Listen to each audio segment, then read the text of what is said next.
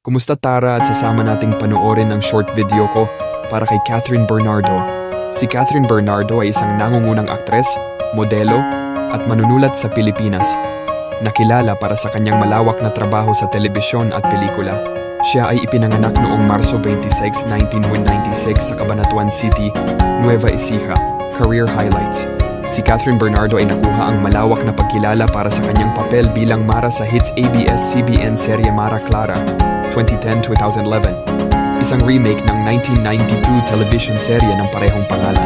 Siya ay pagkatapos ay starred sa maraming mga popular na TV drama kabilang ang Princess at Ako, 2012-2013, Got to Believe, 2013-2014, Pangako Sa'yo, 2015-2016, at La Luna Sangre, 2017-2018. Abangan ang susunod na video, subscribe na kayo para updated kayo sa mga bagong video.